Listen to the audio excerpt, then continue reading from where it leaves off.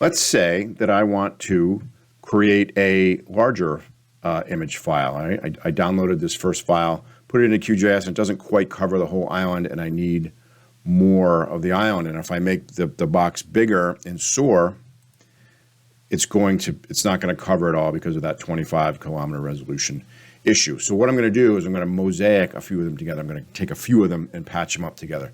So let me show you how to do that. So go to Sentinel Hub, go to Draw Area of Interest, and draw a box, right? And then try to get to the 25 by 25, right? You'll do that.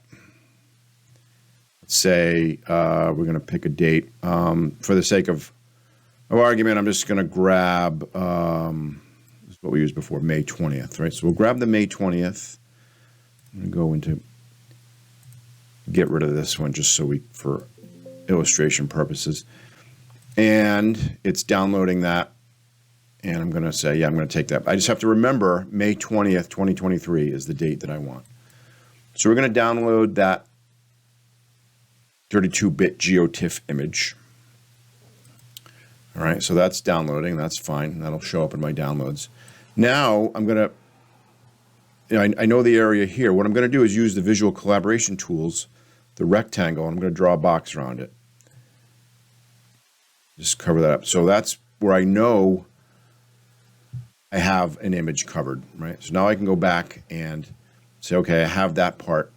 I'm going to draw another area of interest, and I can now do it so it covers. Oops, sometimes you misclick. Hold on.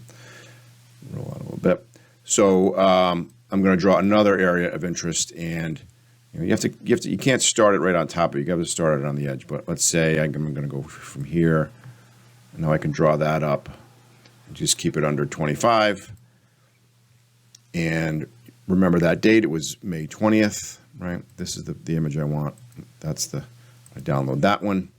So now I'll have two images in my downloads folder.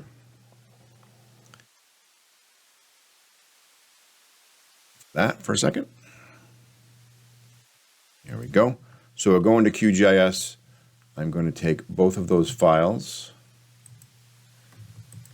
and drag them on. Let me do it one by one for illustration purposes. So there's the first one that I just downloaded, and I'm going to drag in the second one. And there you go, right? So they're the same image natively, so that it's got the same pixels, so everything looks great, and they blend together without much difficulty, right? So there you go. Now you've got a larger image. Now, if I wanted to keep going, let's say I had a much larger to do even more, wanted to catch more water, or sometimes you go into QGIS and you realize, oh boy, there's a little bit of blue hanging off here. You go grab one more, layer it on top, it blends right in, and you're good to go. Or if I had just a larger area, I may do, 9 of these things, right? 1, 2, 3, 7, 8, 9, and you can keep going. Now you're going to have a big file when working in QGIS, but if you've got a good computer, it shouldn't be a problem. So that's the drill. That's how you can get that 10-meter resolution for as large a size as you want.